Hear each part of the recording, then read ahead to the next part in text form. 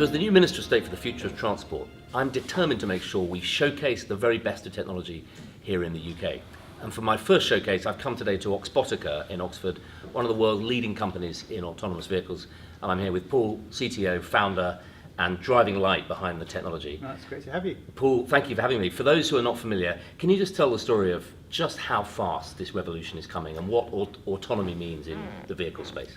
Absolutely. So it's been an extraordinary journey to get here. I mean, I think I first started thinking about autonomy back in about 1998, back in Sydney, and thought, wouldn't it be extraordinary if machines knew where they were the whole time? What would it mean to make an autonomous vehicle? And there's a journey there from some time in the States to coming back here and becoming a professor at the university down the road, to building a company that sells this idea of universal autonomy. So not taxis, not just taxis, but let's think about every vehicle that moves. Let's think about mining vehicles, port vehicles, airport vehicles. Yes, the vehicles that will carry your kids, and yes, the vehicles that will carry your cabbages from the supermarket or when you do online ordering. I'm really thinking here, building a company about the software, not the hardware, the software that will make all vehicles do more. That's just been an extraordinary experience. So you showed me some of the technology you pioneered here, the first vehicles, and the latest vehicles, cameras. I'm going to butcher some beautiful science, but essentially they've got cameras in them, around them. They're constantly monitoring where they are, feeding back to a clever bit of software that you and the team have written, checking it against a map and working out where it is and how it should respond. That's right. But you can do that on a road. You can do it underground in mines. You're working. You can do it in an Amazon warehouse, in a hospital. There's no limit, presumably, to where you could apply this. Yes, that's right. So, I mean, so why is that even possible? That sounds extraordinary, doesn't it? Well, I mean, a lot of it comes from the heritage of the core problems that I worked on with the guys upstairs in my early career of these fundamental questions about autonomy. So where am I? What's around me? And what should I do? Now, none of them mentioned just cars. There was just fundamental questions about, can a machine with software and computing process sensor data like cameras and lasers and radar? You need all three to be safe to answer those questions. And if you can do that, then you really can start to rethink about how do vehicles do more for us, so we can move things faster, safer, in different places where we would be... Take drivers out of dangerous vehicles like driving mine vehicles underground. Yeah, and more kids should keep their parents and more parents should keep their kids. I mean, we're okay drivers, but we're not brilliant. And you know what? If you're interested, I can give you the knockout reason why I think these autonomous vehicles are going to come. So, do you know anyone that's had a car accident? Mm-hmm. Right. Do you think they made their neighbour a better driver the afternoon of their car accident? Probably. Probably. You do? You think they? Well, I think people, for a very short time, people go, "Oh my God, I must drive better." Right. For a short time, but then it probably dies away. Probably not people 7 houses up that you never met. No. But here's the thing. So I want to get into a driverless vehicle, be it taking my kids to school, or having things delivered for me, or operating our ports and our airports. And I want those vehicles in 5, 7, 10, 3, whatever years you want, to be the best drivers they could be, because of every mile driven by every other vehicle, and that's not what humans do at all. So, I actually failed my driving test 5 times. That's funny. So I did pass on my 6th. I had a forwards-backwards ambiguity issue in the driving test centre. But perfect qualification. But that's right, and I've got terrible vision. So, I think that humans just don't share data the way, so, when you have an accident yourself, it's a lonely thing, right? But I really want a fender bender in Copenhagen to improve safety in Cape Town that afternoon in a warehouse, because it has the benefit of every single vehicle ever driven. So many people are quite sceptical. A lot of the viewers of this video might be thinking, listen, I've got a car, I'm a very good driver, we all think we're better drivers than we are, actually, as the data shows, but I like driving it, it's part of being an autonomous human being. I can drive where I go, it's destiny. This is a revolution. How are we going to encourage people to really accept the revolution of being in a vehicle being driven? They may be statistically safer, but we may not feel like we are. How do we get over that? Yeah, look, and I think that's a profound and vital question, because this is not just a technology thing. This is just not a thing where the technologists go, look, I've just made the world better, use it. It's just not like that. A lot of people distrust technology. Yeah. So, and yes, they do, and it's delivered appallingly sometimes. So a couple of things. This is not, you're not going to wake up on a Thursday having had Wednesday and go, suddenly now I don't need to drive.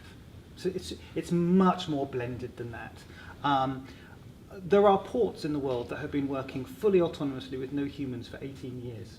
Okay, so it happens in pockets. So is it likely, say for me, I every week I drive between the constituency and London. I can imagine, but tell me if this maybe isn't going to happen, that I'm going to hit the motorway, flick the switch, and I can then switch off while I'm on dual carriageway and use my phone and read the papers, and then start driving when we come off. Using your phone in there. So I think there's things. Broadly, yes. I mean, there are vehicles out there that give you an ability to have to drive less. So Teslas do that. So there are situations where they'll offer, I can drive this for you, but you still have to be in charge of the vehicle. So what you paint there is definitely one model of where the autonomy happens. That it's a hybrid vehicle. You drive it some of the time, and it drives you some of the other time. And there are interesting things as we do about, well, who's actually in control of that vehicle? Should it be you watching out? So there's law, insurance, ethics, human factors that we still have to work out on that. The other model for, if we're talking about human transport, is you'll go to a part of a city and you'll see a vehicle is available in that part of the city to take you in a 2 kilometre square area, and it never goes at 40 miles an hour. If this vehicle was built to only go at 10 miles an hour in small urban environments, and it's a new mode of transport that's hyper efficient, that's ever vigilant and never makes the kind of mistake that we make all the time. And you're not driving it?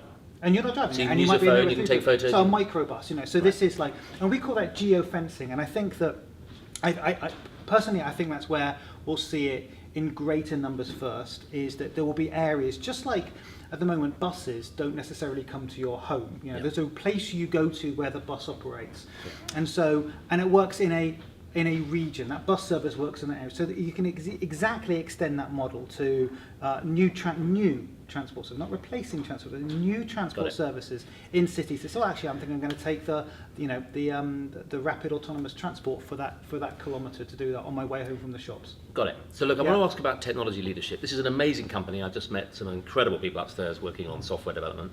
We're here in Oxfordshire. Can you first of all just say something about, the government's been trying to create conditions that help with the Office of Low Emission Vehicles, the various grants. CCAV.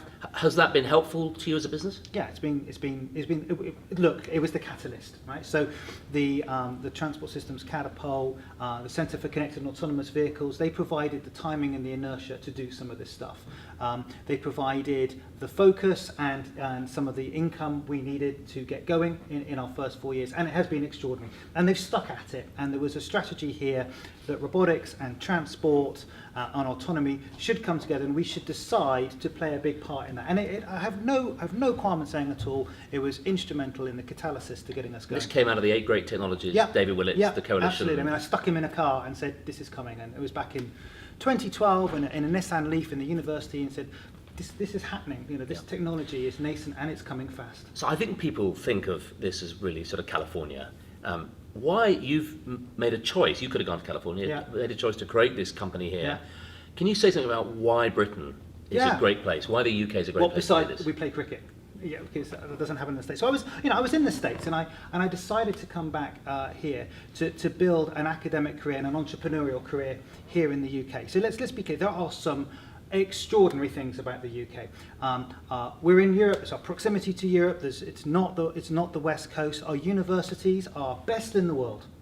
Yeah. So the heritage of the University of Oxford in computer vision and robotics is second to none. The access we get to great minds in doing that. There's an attitude that we have the same ability and cortex as any country in the world, and we can do here. So there was this sort of like blank slate idea of doing this here. We punch way above our weight in university. Yeah, we're like a neutron star. Absolutely, we're super dense in a positive way. In terms and Cambridge isn't bad either, right? Well, we can move on. Yeah, they're fantastic. Of course they are, and Imperial and UCL and Bristol, and there's a robotics community that's building here, and this is a robotics company. Universal Autonomy is a robotics endeavour. So that's extraordinary. I think there was a strategy from government coming through, and in particular in the civil service as well, that was persistent. That says it's kind of like saying, I think computers are coming, they're definitely coming, we should stick with it and it's going to happen. Not waiting for it, but being ahead of that curve. And that was good. And I've been fortunate at working with some extraordinary people in the civil service who said, well, this is a long-term thing, right? There's no way this isn't coming. There's uncertainty about when, and there's uncertainty about how, and there's uncertainty about how how you commercialize that. Well, that's okay, Right. but it's definitely coming, and it's like, it really is like looking back at 1970s, but with the sort of the foresight of a Cyclops, going, this is definitely coming, right? So we can get ready for that. So look, final question. As the new Minister of State for the future Yeah. of transport, I've Yeah. got a new responsibility portfolio from the PM to drive this revolution using procurement, To drive it and drive us. devolution and regulation and Yeah. deregulation. If we get it right, tell me the story. Come back in 5 years. Yeah. What am I going to find here? How big could this company be? How big could this cluster be? Well, you still be coming to the headquarters of a global organisation. Yeah, so this is, we're already setting up in other continents. So, there'll be an origin story here. We'll be a software company. We'll be saying, well, actually, you can see our software in that kind of vehicle, and you probably experience, and your bags were probably carried by by our software, and you probably have taken that transport system in Toronto.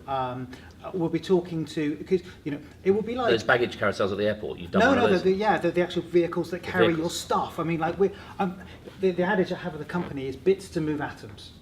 Right? I don't want to do the atoms. I don't want to build the vehicles. There are people who are amazingly good at that, and they use those vehicles in many settings. And I want to make those vehicles safer, faster, more efficient through smart software. But you're one of, as I understand it, there are 2 companies in the world developing software at this stage of advancement. You're right there, if not ahead, world leader. It's 150 people. You've raised £20 million. Yeah. The American companies are raising much, much more. Yeah. Can you do it here in the UK? We are. So don't get transfixed about that, because we're a pure software play, right? So I don't need to build the sensors, I don't need to build the vehicles, I don't need to build a taxi fleet, and also, like, we've been trading. So we traded for the first 4 years commercially. So absolutely we can do that, and the connectivity and the quality of people we have. Let's not get too obsessed about those numbers. Let's just look about what our growth is and look what we can do, and just look how good the technology is, because this is part of a 20-year story. Started this in the UK with early research funded with the Science Councils. Back in, here it was about 2003 where this started from. So, and that's given us a massive technical This is a advantage. classic Been thinking about that British for a technology long spin-out, time. isn't Yeah, just like, let's just get it absolutely sorted. What's the fundamental technology that underpins the whole thing, and commercialise from that? Just to close out, Yeah. you're passionate about this stuff. Yeah, I am. What's the thing, the punch the air moment? What's the thing you're most proud of technologically when you saw the vehicle I underground? put my kid in it. I put my daughter in it. She, can I get in it, Dad? And I went, you absolutely can. And I've got a video of what was my 8-year-old then driving. And that's a very personal thing, but you go, you know what, sweetheart, that's going to be something that you'll remember, and it's going to be every day for you. But it started here. And me in the weekends at night when I'm coding and working with people on this stuff, this was a nascent So presumably story. what you also knew, and I know, is that she's probably safer without you or me driving. Yeah, and it was brilliant, because it went down the road and another autonomous car went past, and I waited for that one that pulled out. So that's a personal thing. But then there's something, there is something extraordinary about when you've had an idea with some amazing people and you've met some of them, and you go, that's going to work. You check out the maths and it looks like it's going to work, and then you code it. And it's massless, it's software. Right? It doesn't have any mass, but it moves something huge. It might move something of 400, 600 tons, and it moves it. And that's an amazing moment. You get good grief. And then when someone else says, we can't do that, we need that software to do that, let's have a trade on that. And you can trace that back down to thinking, I think we should do it this way. I really think that's the right mathematics to do it. That's the right fundamental problem. And it goes through, and you see something huge trundling around a mine, down a mine, or carrying your kids, or doing something in airports. That just doesn't get old, and that's the perfect. Are you not worried about the job losses? No, because it's going to create many more jobs. We need to be careful about that transition as the type of jobs change, but computers have made many more jobs. There are more people doing stuff with computers than before. And you mentioned mining. Yeah. Who really wants to work deep underground in one of the most dangerous environments, driving a vehicle, if you could be This is above not where ground? monkeys should be. Right. Listen, Paul, thank you so much for showing me. It's an Yeah. amazing story. It's an amazing company. Thank you. And it's just brilliant to have it here in the UK. And I hope I come back in 5 years and this is the headquarters of a cluster It will be. of automotive vehicles, automotive technology, Universal data, autonomy. universal autonomy, and you finally achieve that dream of every We will. vehicle, everywhere, all the time. We will. Thank you. Thank you very much. It's been a real pleasure. Thank Thanks you. for coming.